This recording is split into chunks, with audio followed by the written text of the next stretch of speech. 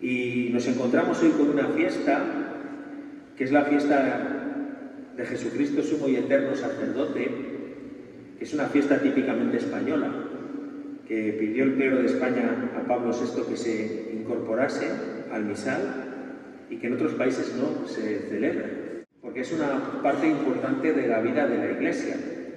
Muchas veces a los curas nos llamáis padres, decís padre esto, padre lo otro, y está bien porque es el ministerio que nos toca de cuidar a la comunidad, que es una gran familia.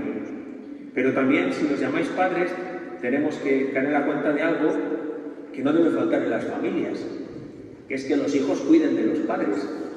Cuiden de los padres y de los abuelos cuando son mayores, ¿no? Mal anda una familia cuando los mayores de la casa, nuestros padres, se ven abandonados. Por eso es muy interesante esta fiesta, porque además de recordarnos la misión que tenemos los sacerdotes de ser como Cristo, que da la vida por vosotros, recuerda a la comunidad que debe cuidar a su sacerdote como una familia cuida a su padre. Y así tenemos que pedir además por los sacerdotes que serán. Es un día para rezar por las vocaciones, para que en nuestros pueblos y en nuestras comunidades nos falten los sacerdotes que celebren la Eucaristía, animen la comunidad, anuncien el Evangelio. Es un día también, hoy que estamos en mitad de la novena de nuestra Virgen de la Consolación, para recordar que María es reina de los apóstoles, como decimos en las letanías, y es madre de los sacerdotes. Que como nos han recordado algunos de estos días atrás, que la Virgen la tengamos como patrona y que aquí sea la Virgen de la Consolación y en otro sitio de la Soterraña y en otro sitio de los Mártires, en otro sitio de Covadonga, significa que la Virgen es madre de cada uno de nosotros y no por una ocurrencia suya, sino porque es la voluntad de Cristo desde la cruz. Le dijo: mujer, ahí tienes a tu hijo. Y al decirle eso, le cargó cuidar de nosotros, de cada pueblo, de cada familia, de cada oficio. Y por eso tiene un nombre diferente en cada sitio, porque todos la asumimos como nuestra madre propia y le damos un nombre cariñoso, que es la vocación que tiene en cada lugar. Pero cuando le dice Jesús en la cruz: mujer, ahí tienes a tu hijo, está uno de los apóstoles, porque tiene la misión especial de cuidar a los apóstoles. Y lo hemos visto, y el otro día nos lo recordaba, hablando del misterio de Pentecostés, José Luis. La Virgen en Pentecostés reúne a los apóstoles que estaban muertos de miedo, que estaban decepcionados por haber visto a Jesús en la cruz, que tenían miedo a que los persiguieran a ellos los judíos, y la Virgen cuida de ellos. Y no solamente cuida de ellos en ese momento, a mí me encanta el origen de la devoción de la Virgen del Pilar, porque uno de los apóstoles que se viene al fin del mundo, al Finisterre, a evangelizar en Hispania, y estaba decepcionado. No me hacen caso, no escuchan el Evangelio. ¿Qué tarea más difícil me ha tocado? Digo, este parece un cura del siglo XXI, que lo tenemos bastante difícil, la verdad, porque no está nada de moda. La fe lo tenéis difícil los padres, los abuelos, los catequistas, los profesores de religión, porque parece que esta época es especialmente dura, como se encontró con una sociedad especialmente cerrada a la fe el apóstol Santiago cuando vino aquí hace 2000 años. ¿Y qué hizo la Virgen? Pues se le apareció viviendo ella todavía en Jerusalén para decirle: venga, ánimo. Y ahí a las orillas del Ebro le dijo: venga, adelante con tu misión. Y así, cuando decimos que María es reina de los apóstoles y madre de los sacerdotes, decimos que nuestro consuelo en la misión, nuestra fortaleza para seguir adelante, es también la Virgen María, que cumple ese encargo que le dio Jesús en la cruz. Y además, los sacerdotes podemos aprender de María el servicio que nos pide la Iglesia. Sabéis que cuando nos ordenan se nos piden 3 servicios. Uno es servir la palabra de Dios y predicar y dar catequesis y ser misioneros para que se conozca el Evangelio. El segundo es celebrar los sacramentos, especialmente ponernos de aquel lado del altar y decir en nombre del Señor: tomad y comed, esto es mi cuerpo. O decir: yo te absuelvo los pecados, o decir: yo te bautizo, representando a Jesús en el culto. El tercero es ser pastores, es reunir a la comunidad, ser principio de unidad entre los cristianos que somos diferentes en distintos grupos, distintas cofradías, distintos ministerios. ¿Y cómo podemos los sacerdotes aprender de María a hacer este ministerio? Pues fijaros, ella es la que nos sirve de referencia para el ministerio de la palabra, porque ella dijo sí a hacer carne la palabra de Dios. Y el Verbo se hizo carne en las entrañas de María.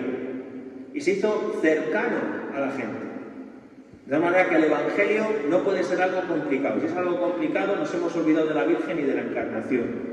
Porque no es una teoría abstracta, no es una teología rara. Es la palabra de Dios hecha carpintero. Uno de pueblo, uno que vivió como nosotros, que trabajó, que participó de las fiestas, que lloró en los funerales. La palabra se hace carne a través de María. Y entonces el ministerio de la palabra consiste en hacer cercana la palabra de Dios al pueblo. Y lo primero de todo, como la propia Virgen María, ser discípulos que escuchan la palabra. Fijaros qué interesante cómo dice que sí, María, al ángel que la llama para ser la madre del Señor. Dice, hágase en mí según tu palabra. Que la palabra que escucho se convierta en fe, y convertida en fe se convierta en predicación, y convertida en predicación se convierta en estilo de vida, que encarnemos como auténticos discípulos la palabra del Señor. Pero María no solamente escucha la palabra del ángel.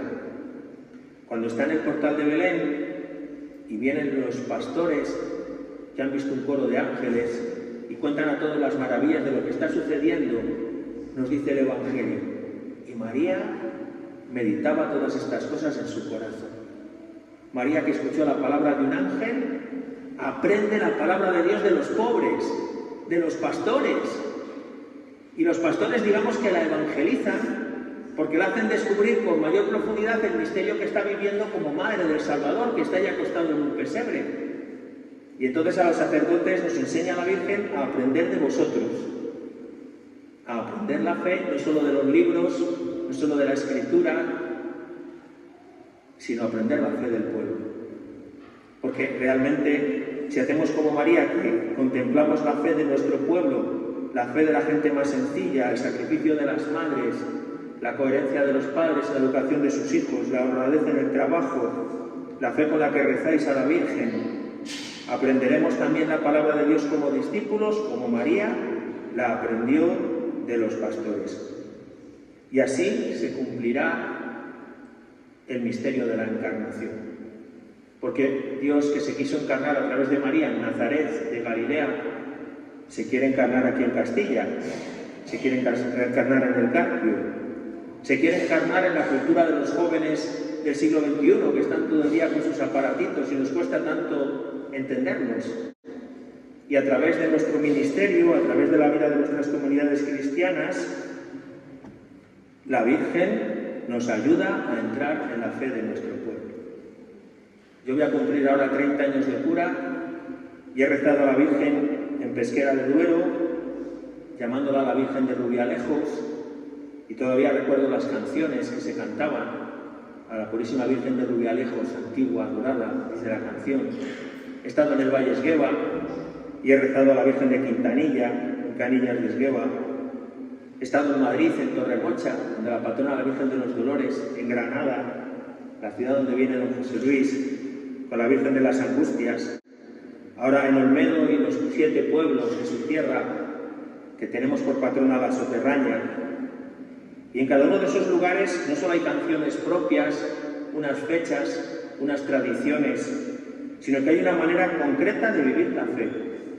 En unos sitios se pone a los bebés debajo del manto de la Virgen y en otros se les sube a las andas, y en otros se hacen determinadas ofrendas, se enciende una gran hoguera la víspera de la fiesta, que tiene que ser las llamas más altas que el tejado de la ermita, y además te cuentan los mayores que nunca ha habido un incendio. Y cada una de esas maneras te enseña la fe y te pide como sacerdote que te incultures en ese lugar. Porque si María en sus entrañas hizo que Jesús se convirtiera en un carpintero de Galilea, nos enseña también a inculturar nuestra fe. Y que es triste cuando un cura no vive en su barrio, no vive en los pueblos donde es el cura, sino que solo va de visita como un funcionario.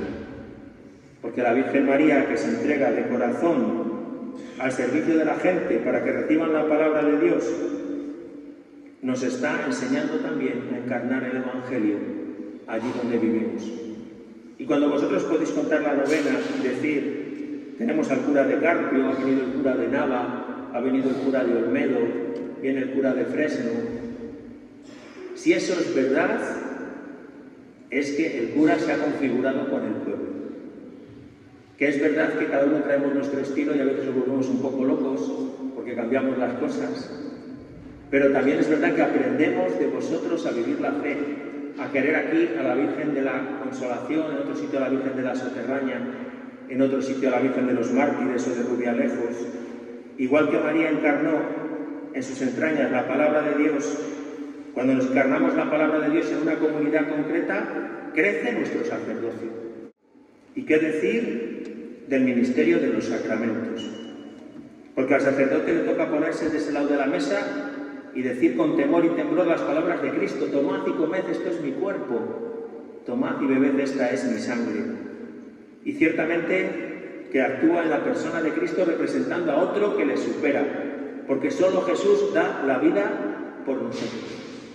Pero también es verdad que en esas palabras se juega la vida, porque el sí que dijimos en nuestra ordenación es dar la vida por vosotros. Y la vida es la vida, 24/7, que dicen ahora, 24 horas, 7 días a la semana. Que ponga como en la parroquia de Olmedo, que la parroquia pone en la puerta número de WhatsApp, atención permanente, y van y te llaman a cualquier hora. Pues claro, porque nuestra vida no es nuestra, sino vuestra, porque decimos: tomad y comed, esto es mi cuerpo. Yo que he vivido en Granada, la ciudad de la que es natal don José Luis, había ido muchas veces a la iglesia de las Angustias, que es la patrona de la ciudad. Pero hasta el otro día que fuimos de peregrinación con la cofradía de la Soterraña de Olmedo, nunca me habían explicado lo que significa la imagen. Aparentemente es una imagen de la piedad como la que todos conocemos, que es María al pie de la cruz con su hijo muerto. Pero no le tiene en brazos, no le está sosteniendo con sus rodillas, sino que está delante como en una especie de mesa. Y el que nos explicaba la iglesia dijo: María está ofreciendo a su hijo como un sacerdote en el altar. Así que también en este sacrificio que presidimos en la Eucaristía, la Virgen nos enseña. Y nos enseña porque ella mejor que nadie entendió lo que significa decir tomad y comed. Ese gesto que Jesús tradujo, lo vemos todos los Jueves Santos, en lavar los pies a los discípulos. Dijo: si yo soy el Maestro y el Señor, me he hecho siervo. Y ese título sí que se le dio a la Virgen. Ella se cogió el mismo título que su hijo y dijo: aquí está la esclava del Señor. Y fue de boda a Caná y se puso a servir, y porque estaba sirviendo se enteró en la cocina de que se habían quedado sin vino. María nos enseña al ministerio de la palabra como discípulos, nos enseña a presidir la Eucaristía entregándonos, y María nos enseña a ser pastores que os reunimos como comunidad en torno a la mesa, para que cada parroquia sea en verdad una familia de familias, una comunidad de comunidades. Y Jesús encargó también a María de esto. No solamente cuando reunió a los apóstoles antes de Pentecostés, como hemos dicho antes, sino cuando aquella vez, recordáis, que llegan María y los familiares de Jesús y le quieren interrumpir la predicación que estaba haciendo, le dicen: oye, para, que están aquí tu madre y tus hermanos. Y Jesús dijo: ¿qué? Mi madre y mis hermanos son estos, los que escuchan la palabra de Dios y la cumplen. Y esto está haciendo aquí María. ¿Quién somos madre y hermanos de Jesús? ¿Quién somos su familia? Nosotros, hoy como parroquia, como familia de familias, como cofradía, que es una unión de hermanos, con María a nuestro alrededor. Y somos la familia de Dios, somos la iglesia del Señor. Gente con diferentes ideas, con diferentes personalidades, con diferentes maneras de entender la fe, que votamos a distintos partidos, que tenemos edades muy diferentes y cada uno tiene la manera de pensar del tiempo en el que ha crecido. Pero siendo tan diferentes, formamos un solo pueblo. Ciertamente, la familia de Jesús y María es nuestra madre. Qué bonito el gesto que hacíais hace unos meses de hermanaros con el pueblo de Fresno.